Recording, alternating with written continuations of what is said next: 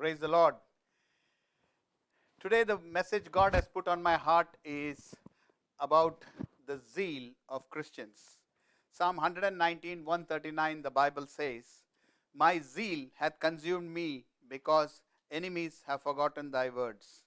These words of the psalmist are fighting words for a Christian.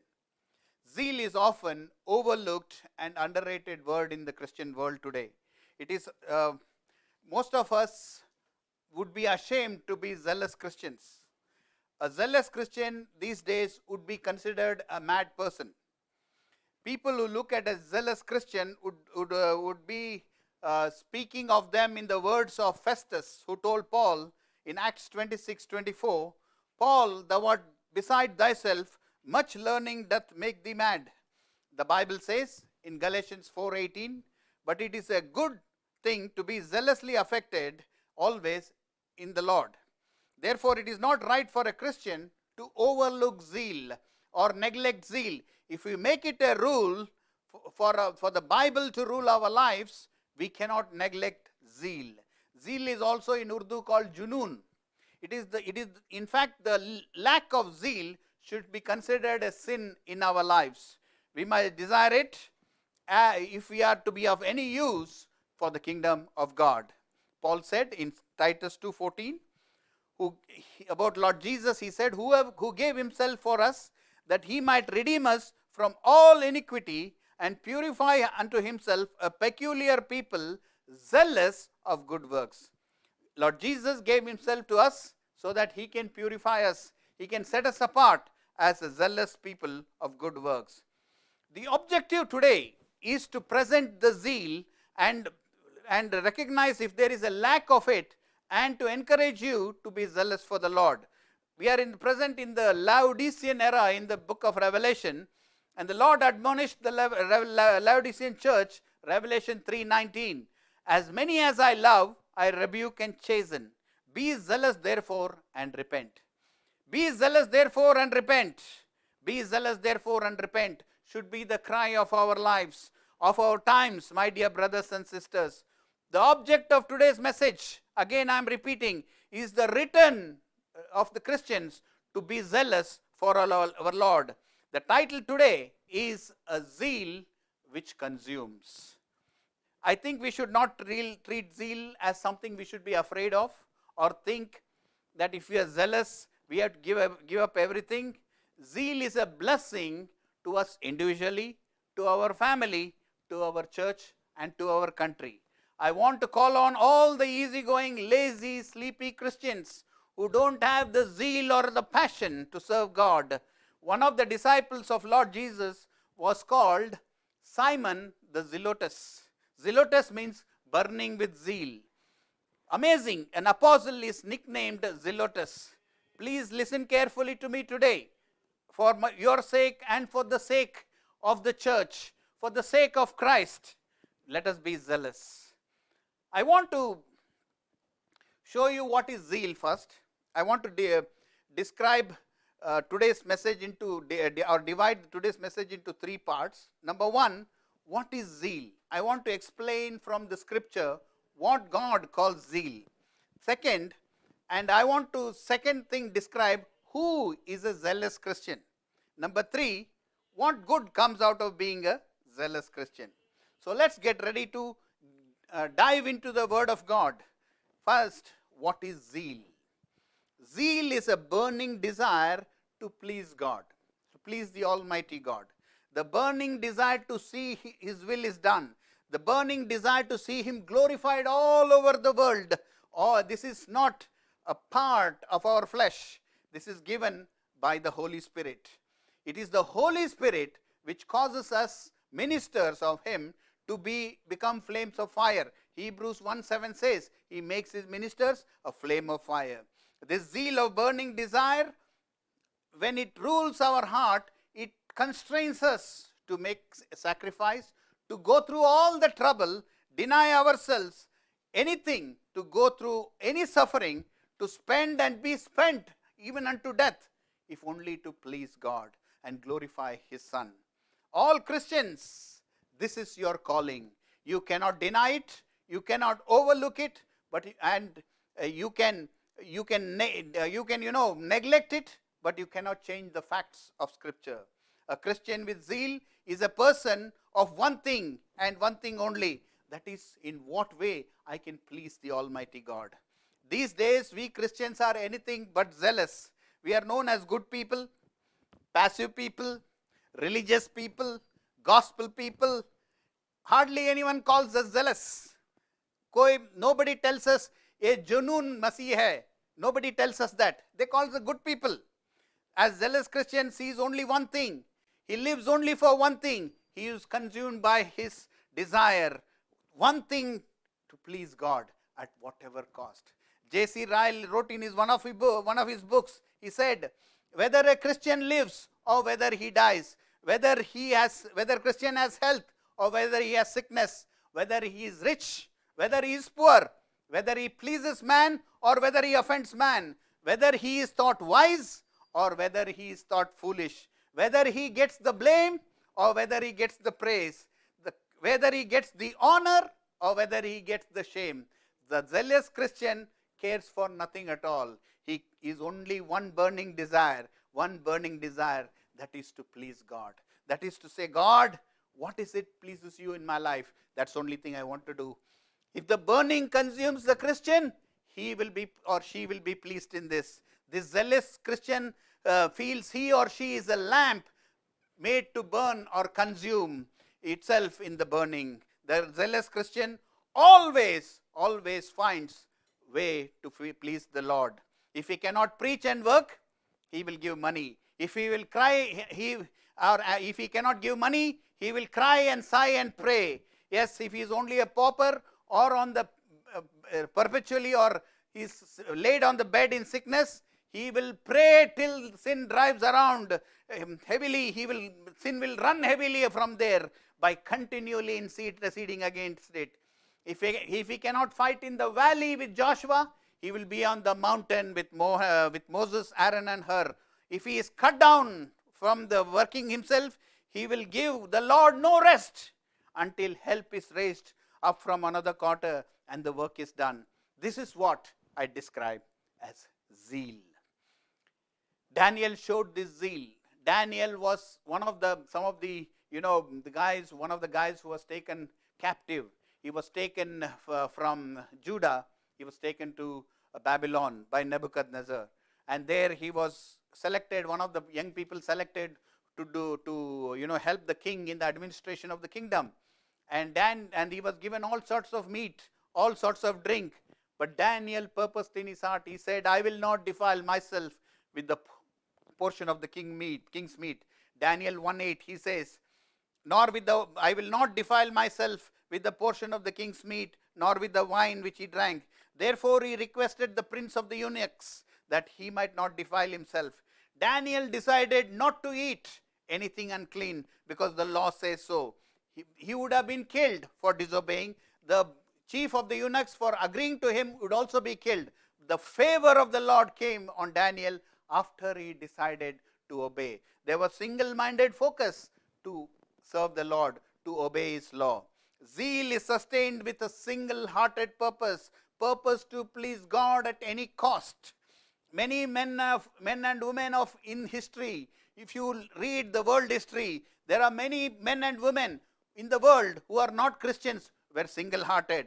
Whether it is Mahatma Gandhi of India or David Ben-Gurion, who helped form the country of Israel, or Yulia Tymoshenko of Ukraine, or Asma Mahfouz of Egypt, who brought the Egyptian revolution which brought down Hosni Mubarak. They all could be characterized by one thing and one thing only, their single-minded focus. They did not care about anything else. They put aside everything. They put aside family. They put aside their house. They put aside everything for the purpose. They sacrificed everything.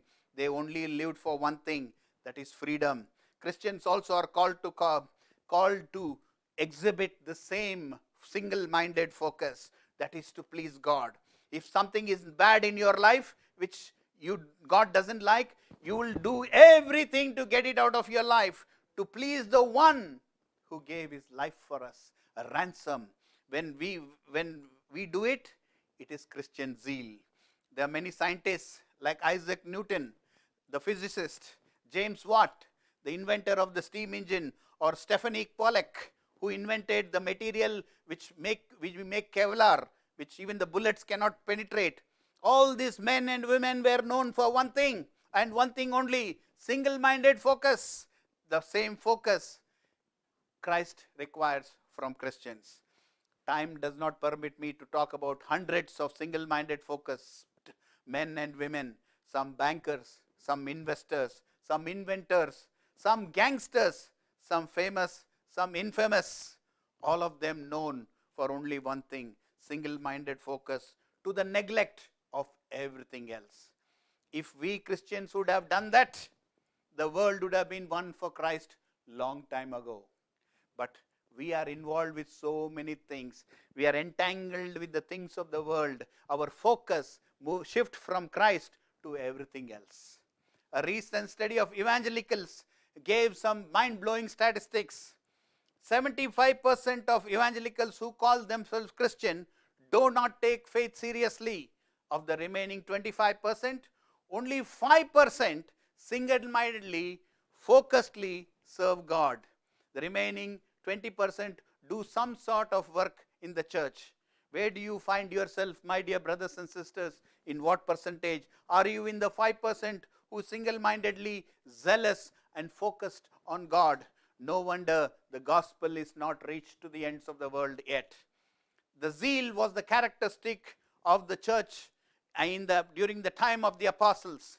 Take Apostle Paul, for example. Hear him when he speaks to the Ephesian elders in Acts 20:24. He says, "But none of these things move me, neither count on my life dear unto myself, so that I might finish my course with joy, and the ministry which I have received of Lord Jesus, to testify the gospel of the grace of God." Hear him again as he writes to the Philippians. He says, "This one thing I do." Remember, he is single-mindedly focused. "This one thing I do, I press towards the mark for the prize of the high calling of God in Christ Jesus," in Philippians 3:13-14. See, from the day of his conversion, giving up his brilliant learning, his brilliant education, his position as a Pharisee, forsaking all for Christ's sake, and going forth to preach the very Jesus whom he once despised. Seeing him go to and fro throughout Asia from that time, through persecution, through oppression, through bonds, through afflictions, through things next to death itself, up to the very day when he sealed his faith with his blood, and he was martyred in Rome, a martyr for the gospel which he so long proclaimed. This was a zealous man. The Acts of Apostles shows us many more zealous disciples. Take the early church, Acts 28:22, the Bible says, "But we desire to hear of thee what thou thinkest, for as concerning this sect, we know that everywhere it is spoken against." The Roman Jews told Paul that these Christians were spoken against everywhere. They were driven to worship in dens and caves of the earth. They were used as lampstand in Nero's garden. They were burning. They lost everything in the world because of their faith. They did not get anything but the cross, persecution, shame, reproach. But they never went back. They never went back. They could not dispute, but they would gladly suffer. If they could not convince somebody or their adversaries by argument, they were willing to die to prove that they were sincere. Look at Ignatius of Antioch. He was taken to the Roman Colosseum, where people go to see the Colosseum these days. When he was to be thrown to the lions, he said, "Now I begin to be the disciple of my Master Christ." Here old Polycarp, bishop of Smyrna, before the Roman governor, boldly saying, he was asked, "You either deny Christ or you will be burnt." He said, 86 years have served Christ. Neither has he ever offended me in anything. How can I deny my Christ? That was the zeal. Where are the zealous Christians these days? What can I say of the zeal of the early Christian reformers? John Wycliffe, the early forerunner of this Protestant movement, the first one to translate the Bible into the English language, he did not deny Christ when he was threatened by the Pope and the Catholic Church, and he was sentenced to be burned in fire in 1428. People who knew him said that he was an unblemished man. He walked without any fault, and he was burnt because of his faith. John Huss, just before Martin Luther was sentenced to death by hanging for his faith, he refused to deny Christ. Martin Luther had many debates with the Roman Catholic Church and the authorities in a city called Worms in Germany. Luther refused to deny justification by faith and went through terrible persecution for himself and his family. That, my dear brothers and sisters, is zeal. It is the zeal which took Adoniram Judson to Burma for the mission, David Livingstone to Africa, David Brainerd to Native Indians, William Carey to India. And William Carey influenced the translation of the Bible in 37 languages. Henry Martyn was another missionary who went to India. When he was in Cambridge, he got the title of the Senior Wrangler. That is the top mathematical award for an undergraduate at Cambridge University. One of the most difficult mathematics courses. If he decided, he could have become anything, but he chose to go to India. He translated the Bible into Persian, died as a total stranger in a strange land in Turkey. Some strangers buried him. He wrote in his diary, "Let me burn out for God." That is the zeal. Why don't we 21st century Christians have it? Most of us never train our children to go for the missions. It is the child's choice, of course, but we parents never train them from their childhood. The Bible says, train the child in the way he should go, and when he grows up, he will not depart from it. But we as parents, we as Christians, burning zeal is absent from us, and we never even thought about putting it into our children. Let us look at Lord Jesus Christ. A lot was written about him, and he prophesied before he came. But his zeal was also told. In 69:9, the Bible says, "For the zeal of thine house," he's talking about Lord Jesus Christ, "for the zeal of thy house has eaten me up, and the reproaches of them that reproach thee are fallen upon me." Isaiah 59:17, it says, Lord Jesus wore zeal as a cloak. For Lord Jesus, the zeal was his cloak itself. It consumed him. It was his meat and drink. At one stage, he told his disciples, "My meat and my drink is to do the will of the Father." Single-minded focus. Today, I think, if many of today's Christians, if they had lived in the days of when our Lord and his apostles walked on earth, would have called Lord Jesus and his followers as crazy people. Sadly, today's Christians have more in common with Ananias and Caiaphas, and with Pilate and Herod, Festus and Agrippa, Felix and Gallio, than with Paul and Lord Jesus Christ. We would call those Christians as crazy. We would have called them as mad. We would have called them that we cannot be like them. We would have just lived a comfortable life. That, my dear brothers and sisters, is what I mean as zeal. Zeal to serve the Lord. Zeal to give up everything for the Lord. That nothing in my life is more than the Lord. That is what is zeal. Now, who is so that we come to the second part. Now, who is the zealous Christian? Satan counterfeits everything the Bible talks about. There is even a counterfeit grace for everything. Even currency these days, there is a counterfeit. Even Nero stitched the Christians in raw animal skins and fed them to the dogs. The dogs thought they are animals and ate them. Satan uses counterfeit Christianity to cause true Christians to suffer disgrace from unbelievers. Zeal is one of the many things Satan tries to counterfeit. It is counterfeited more than any gift. I will show you. You will be shocked. As we study zeal, we can clarify and dismiss the counterfeit ones. The first way to test if a Christian is a zealous Christian, the zeal, must be according to knowledge. Romans 10:2, Paul says, "For I bear record of the Jews," when he says they, he's talking about the Jews, he said, "have a zeal of God, but not according to knowledge." Zeal without knowledge is counterfeit. Saul had a great zeal as a Pharisee, so zealous that he did not think anything of persecuting the Christian Jews and dragging them to prison. In Acts 22:3 says, he was zealous towards God. In the Old Testament, you will find many zealous kings, zealous to lead their people to idolatry. Ahab was a great example. He was married to Jezebel. She was the child of an idolatrous king called Iqbal. Led the people down the path to complete rejection of God. Baal temples, Baal worshippers, worshippers of child-killing Molech. Manasseh, the son of Hezekiah, was another king. He completely destroyed the work of his father, King Hezekiah. All the reforms that his father did, he destroyed, and he built idols. He built idol temples. He passed his children through fire. He, contrary to everything in the word of God, he had a single-minded focus to destroy everything what the Lord had done. He wanted to promote Baal. James and John, the disciples, were known as sons of thunder. They showed zeal that they wanted to call the fire down on the Samaritans because they did not receive Lord Jesus Christ. That is zeal, but without knowledge. Peter was zealous for his master, that he cut off the ear of the high priest's servant, Malchus. They were truly zealous, but unscriptural. Think of the jihadis these days who kill and are willing to die for the cause. Are they not zealous?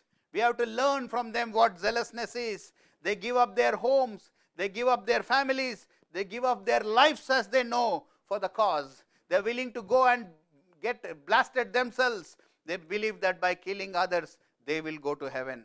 They have a single-minded focus. They have all the necessary qualities of zeal, but yet are without knowledge. Knowledge according to their faith, but knowledge not according to the Creator. The zeal, that type of zeal, God does not approve. Not according to knowledge. Blind zeal is not approved by God. Zeal has to be as per the word of God. The second test for zeal is to check if it is a true motivation. Is a man who is zealous motivated by true motivation? Many of us are guilty of doing the right thing for the wrong reasons, for sinful motives. The heart is deceitful. It tricks us into often doing the right things with wrong motives. If we read the book of the Kings and Chronicles, you will find a lot of kings like Amaziah and Joash doing the right things with wrong motives. The right things, however, good or noble, they might be, if they are done with wrong motives, they do not please God. It is lacking when weighed in God's weighing machine. Man looks at the deeds, whereas God looks at the motives. God looks at the heart. Man looks at quantity. Man looks at quality, whereas God is still looking at the heart. You see, where is our heart? Our zeal, our desire to serve God comes from a pure motive.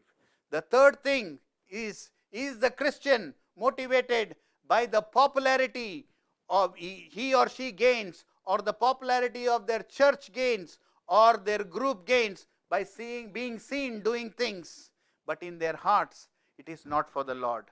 It is not for the love of Christ, but then that type of zeal falls down in the sight of God. The Pharisees were like that. The Lord Jesus said in Matthew 23:15, "Woe unto you, scribes and Pharisees, hypocrites, for ye compass sea and land to make one proselyte or convert, and when he is made, you make him twofold more the child of hell than yourselves." The Pharisees and Sadducees used to go to different parts of the world, convert people to Judaism, not the Judaism of the law of the word of God, but they would be converted to the system of the Sadducees and Pharisees. They were teachers of the law, but they were never practicing the law. Such zeal is not true zeal, is what Lord Jesus says here, that God desires in us. The fourth test, if the zeal is true, comes from to checking if the zeal is from selfishness. Sometimes Christians are zealous out of selfishness. They do it for power. They do it to gain popularity. They do it because their will needs to be done, and they do it to be seen of people, and they want to grab power. Joab was the general of the army of King David, great man. He was faithful to King David. But he did not tolerate anyone, a better person, taking his own position. In his zeal, he killed two better people than himself. And such zeal is useless if it only steps on others to achieve self-popularity or achieve your selfish desire. Then that zeal doesn't hold water with God. The fifth test of zeal, if a Christian is zealous, to see if the zeal is motivated by love and praise of men. Many Christians feed on the praise of other Christians. If you don't praise, if you don't appreciate what they do, if you don't go overboard in this thing, they will get upset. They will get depressed. Such zeal is also not pleasing to God, for it is not true zeal. The sixth test, if the zeal is motivated by divine love, agape. This is why Paul says in 1 Corinthians 13:3, and he says, though I bestow all my goods to feed the poor, though I give my body to be burned, and have not charity, it profiteth me nothing. The love of God should be the true motivator to do God's work. All things we do for God, whether I am preaching, whether I am studying the Word of God, whether I am going to give a tract to somebody on the street, whether I am going to visit some sick people in the hospital, whatever I am doing, are we doing for the sake of the Lord? Not for our abilities, not for our talents. Our dedication should be purely to the love of God. Initially, when you come to Christ, we start with what we have. But as we grow in the Lord, we have to exchange ourselves for the love of God. We have to replace our desires with the desire for the love of God. That, my dear brothers and sisters, is zeal. Zeal will not be bitter. It will not be a fierce enemy against people. It will be a zeal ready to take the sword and fight. It will not be a zeal ready to take the sword and fight with carnal weapons. The true weapons of zeal are not carnal but spiritual. True zeal will hate sin but yet love the sinner. True zeal will hate false teaching and will love the false teacher. True zeal will long to break the idol but deep pity with the idolater. True zeal will hate every type of wickedness but labor to do good even to the vilest of the transgressors. True zeal will warn, as Paul warned the Galatians, and feel yet tender as the nurse or a mother over children who are going wayward. It will expose false teachers as Lord Jesus did of the Sadducees and Pharisees. Yet weep tenderly as the Lord Jesus did over Jerusalem when he came near to it for the last time. He cried, Jerusalem, Jerusalem, O Jerusalem, which killeth prophets. Many times I have tried to get you under my wings, but you have refused. He cried over them. He cried over the sadness or the rejection of Jerusalem. True zeal does that. True zeal doesn't take vengeance. True zeal is motivated by divine love, agape love. True zeal is like a surgeon who is dealing with a part of the body of somebody which is diseased. But true zeal will be gentle as one who is dressing the wounds of a brother. True zeal will speak boldly as Apostle Paul against the world and not care who is offended. But true zeal will make every effort when speaking, as speaking the truth in love. That, my dear brothers and sisters, test of zeal. The seventh and the last test is to check if our zeal is motivated by true humility. A zealous Christian will never gloat in his achievements. Usually he or she is the last to discover that he has been zealous for the Lord. Whitfield was one of the mightiest preachers, open-air preachers the world has ever seen. When he preached, people 1 mile away used to hear him, and fervent in spirit he was, instant in season and out of season. He was a burning and a shining light. Yet, after preaching for 30 years, he said, Lord, help me begin to begin. He never even thought he was a zealous Christian. Zeal must be according to knowledge, my dear brothers and sisters. Summarizing, zeal for a Christian to be a true zealous Christian, He or she must have zeal according to knowledge and with true motivation, must not be to gain popularity, not out of selfishness, not out of love of praise, must be due to divine love, and true zeal must be motivated by humility. This is a true Christian. This what good now we have to check our lives to see if our motivation, our work, our service, our dedication to God comes from this. We have to see that in our lives, my dear brothers and sisters. As I am giving you the word, check your lives. What is the motivation to do God's work? What is the motivation to do what you're doing for God? Is that comes from these things? Does it come out of to be popular?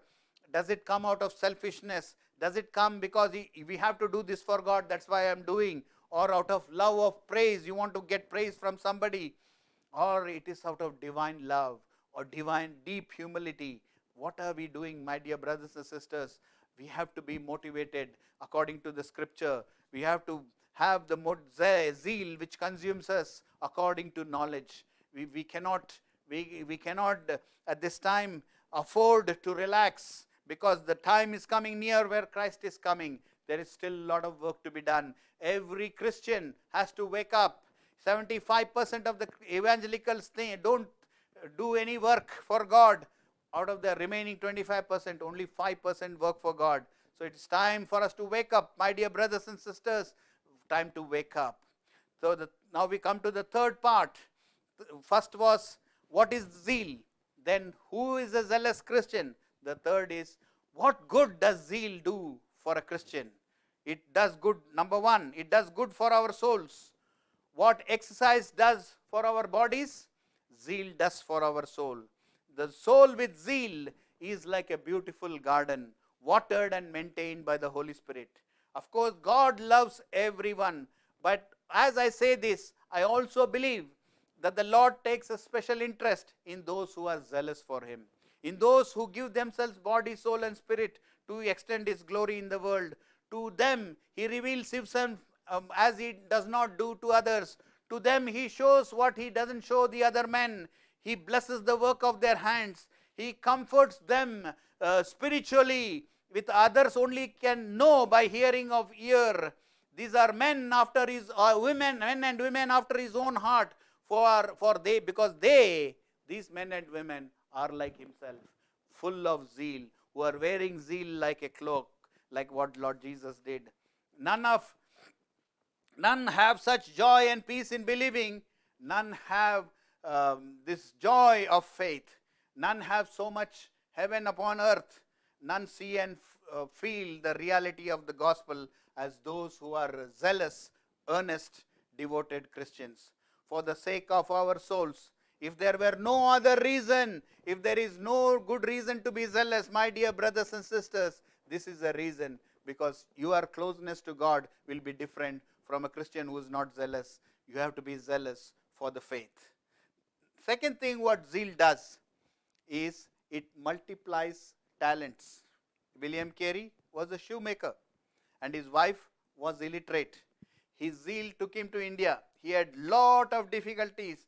He was rejected by the East India Company in Calcutta, but he went outside Berhampur, outside Calcutta, and started a mission there. He started to do translation. He started building a printing press, printed a lot of Bibles. One day everything caught fire and everything burned down. And he started again because he was single-minded, focused. He had one thing in mind. He wanted to put the gospel in as many people as he can, because in India there were so many languages. One day Olivia and me went to the Bible Society in India, Bangalore. They had a exhibition, 37 languages. Either he translated fully or he was influential in translating. 37 languages. A cobbler, a man who used to make shoes, he did that. This is what zeal can do. It will multiply the talent God has put. C.T. Studd was one of the greatest cricketers England has ever produced. He had inherited a big fortune, but he gave up everything. He said, Lord Jesus gave up everything, so I'll give up everything. A big fortune he gave up.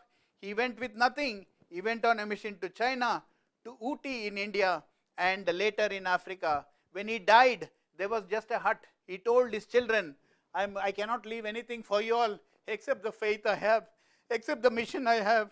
I have nothing. He had only one cot and a chair and a few pairs of clothes. But he has the richness. But he said, I am leaving with you the richness of the presence of God.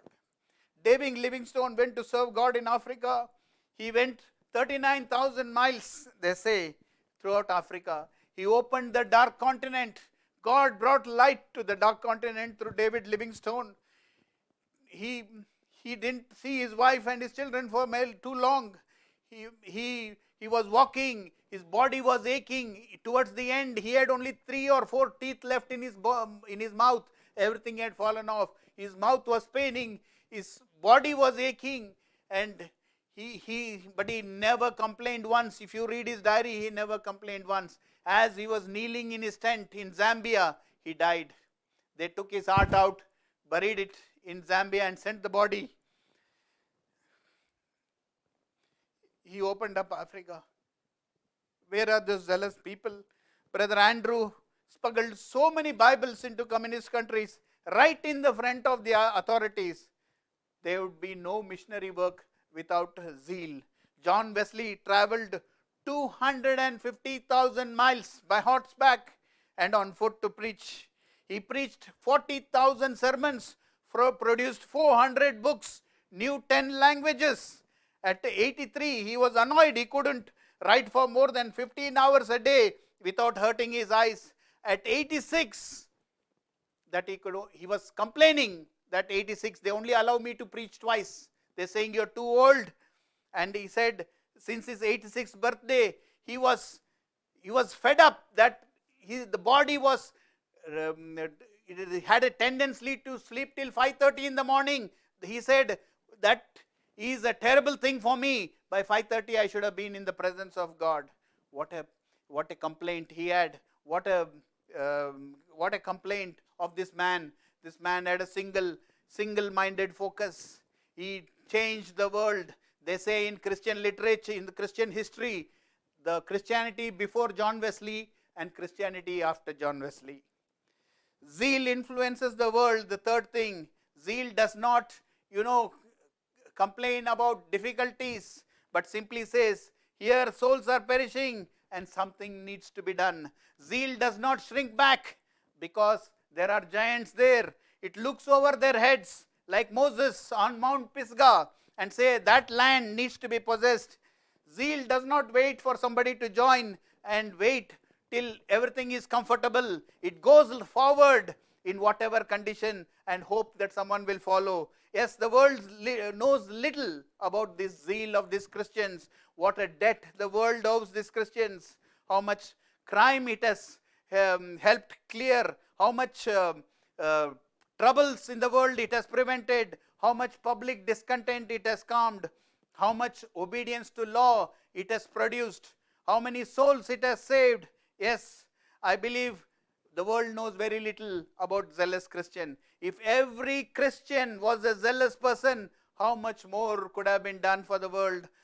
If the people today were like Wesley, like Whitfield, like Moody, if the people who are working in some people will be like Daniel, like Wilberforce, like George Moore, these are all men who are working but did great things for God.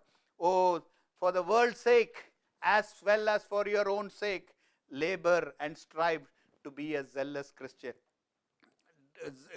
Let your zeal push the boundaries around you. You can do in your own thing, in your own area, in your own workplace. When you have the zeal, God will open the doors. When you have the zeal, God will display His glory in your life. When you have the zeal, you will become the flavor of the gospel. God will bring everyone to you because you have the zeal. Let everyone who are Christians, don't belittle zeal. See, encourage it, cultivate it, try to blow the fire onto your own soul and to the hearts of others, but never stop it. Beware of throwing cold water on zealous souls. When people are zealous for Christ, don't criticize them. Don't restrict them. If your child start to be zealous for God, encourage him. Don't cut it as it is growing. This is the the first shoots of God. If you are a husband, if your wife is zealous, encourage her. If your brother or a sister is doing it, encourage. If your members of church are doing zealous works, encourage them. It is the planting of the Lord. Beware of crushing. Zeal always makes many mistakes. In zeal, people make mistakes.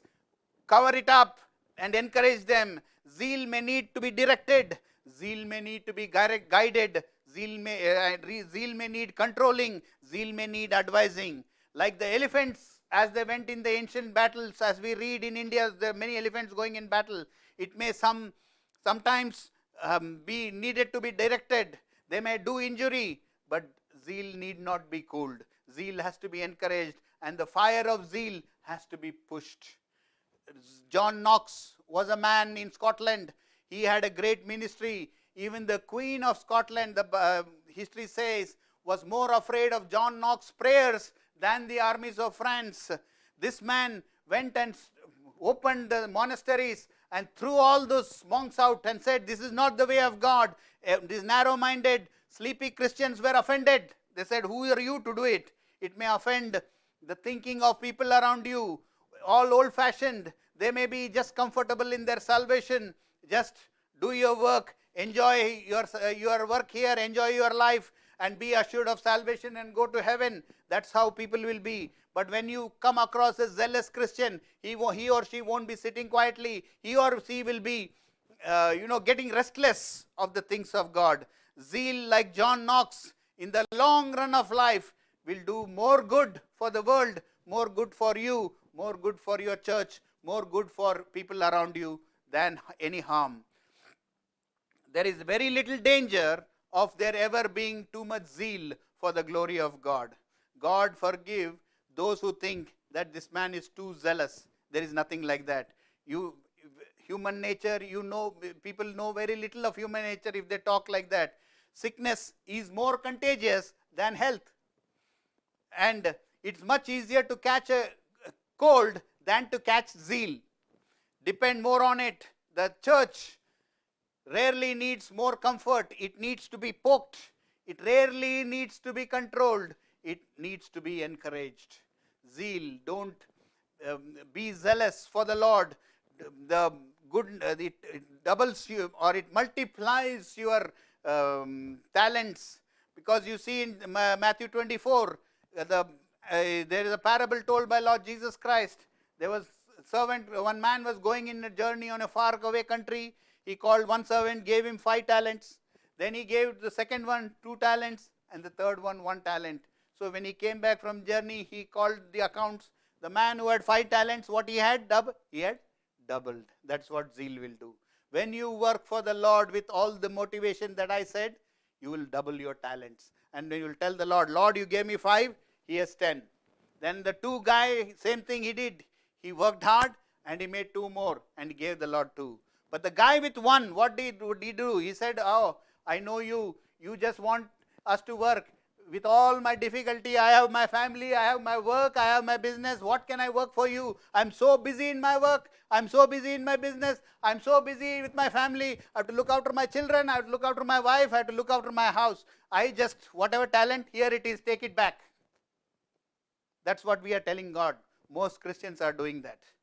That's what I encourage you. Change the way of thinking. Your talent has to multiply. In concluding, this is what I want to say. Awake, be zealous and repent. Go and read that long neglected Bible. Take up the blessed book which you have, which you never use. Use it to find what the Lord is saying. Read the Old Testament, New Testament many times. Do you find nothing there to make you zealous, to make you earnest about the work of God? Go and look at the cross of Christ. Go and see how the Son of God died there. He shed his blood, his precious blood.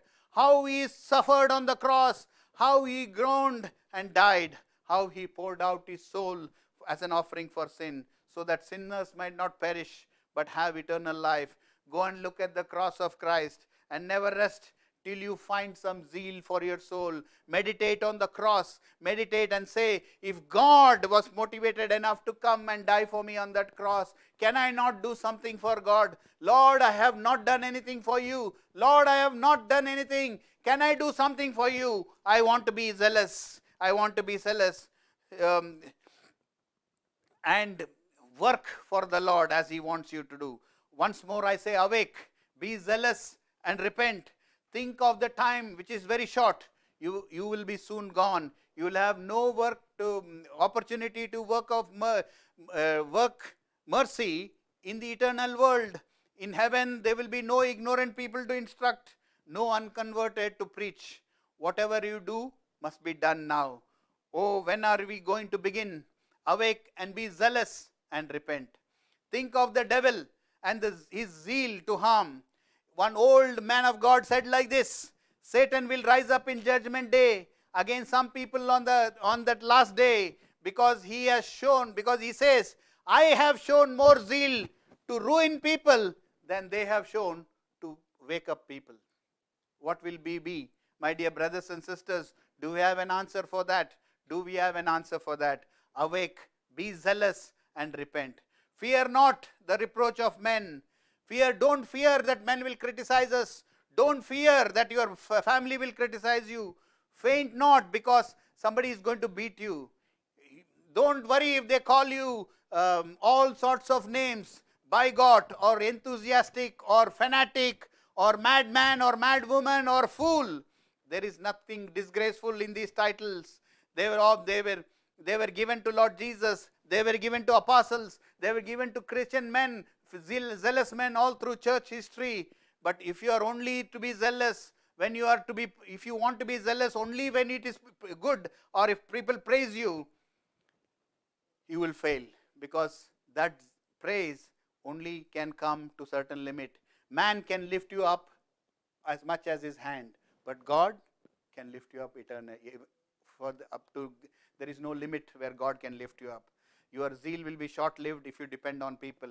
Care nothing for the praise of men. Care nothing for the anger of people. There is only one thing worth caring for. Only one thing, and that is to praise God. Praise of God. The God commending us. There is but one question worth asking about your actions today, my dear brothers and sisters. How will your actions, listen to me carefully, how will your actions look on the day of judgment? Everything you have done for Christ, how will it look on judgment day? How does it look in the light of God's word? That's what is going to matter in the end. Not what we think we have. Not that we have had a successful family. Not that we have had a big house. Not that we have had a wonderful vehicles. Not that we have had a wonderful job, or you have become the CEO of a company. That's not going to be questioned. God is going to only ask one thing. In the light of Scripture, in the 66 books He gave you and me, He will ask one thing. He is going to judge how our labor will look in the light of that word. What are we going to say, my dear brothers and sisters? Are we zealous enough to put away everything and serve the living God? What is it? What is your answer, my dear brothers and sisters? Let us bow our heads and close our eyes. Let's bow our heads, close our eyes. Think about it. Think about it. What is your action? What is my action? I have to meditate. Will it glow in the light of Scripture? Will the light of Scripture highlight my work? What is the motivation of my work, of everything I do for Christ? What is the motivation? Is it motivated by deep love? Is it motivated by deep humility? Is it motivated by praise of others? Is it motivated by showing off to others? What is our motivation? What is the zeal for us? What is our zeal, my dear brothers and sisters? Do we even have zeal? Do we have the desire to work for God? God is asking you, the zeal which consumes, is it consuming you? Is it consuming you, or you are consuming that zeal? It cannot remain in one thing. Either the zeal will consume you, or you will consume the zeal. I said in the beginning of this message, Psalm 119, 139, what was it? I said, my zeal has consumed me because mine enemies have forgotten thy words. You see, the zeal has to consume you. The zeal you cannot be the way we are living, my dear brothers and sisters. Our work is going to be evaluated in eternity, in the God who resides in eternity, God who is with the humble heart. He is going to check our lives. Our works, what are they looking like today? To you, my dear brothers and sisters, is the zeal consuming us? If not, we are in disobedience. We have to change our lives. We have to transform our lives. It is your time now to pray and ask God, Lord, this zeal I want.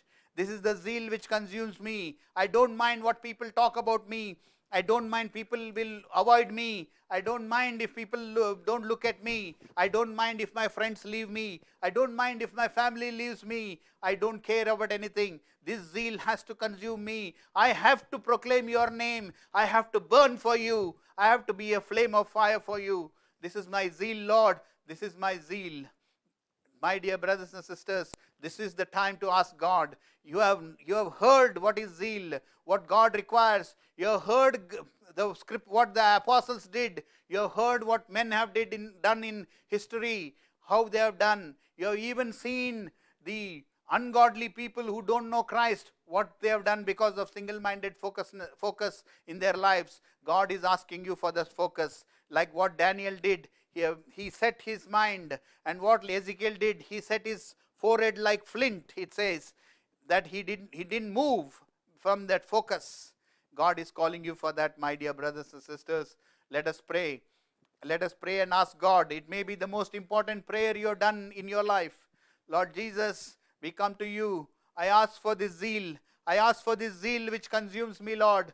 Please, Lord, let your zeal consume me. Let me be the firebrand for you. Lord, we can see the jihadis, we can see the scientists, we can see these investors, we can do the inventors. They all have single-minded focus, Lord. It is we Christians who don't have this. I pray that, Lord, give me the single-minded focus, and Lord, with knowledge of the scripture, help me to be zealous for you and to bring glory to you. Thank you, Father. Thank you, Lord. We give you glory. We give you glory. I commit everyone, Lord, who has prayed in your hands, Lord Jesus. Lord, let them become firebrands for you. Let them be the flame of fire which says in Hebrews 1:7, Lord. Let them go out in the world, light fires, Lord Jesus. Let there be a revolution, a revival, Lord Jesus. Thank you, Father. We give you glory, we give you glory. In the name of our Lord Jesus we pray. Amen.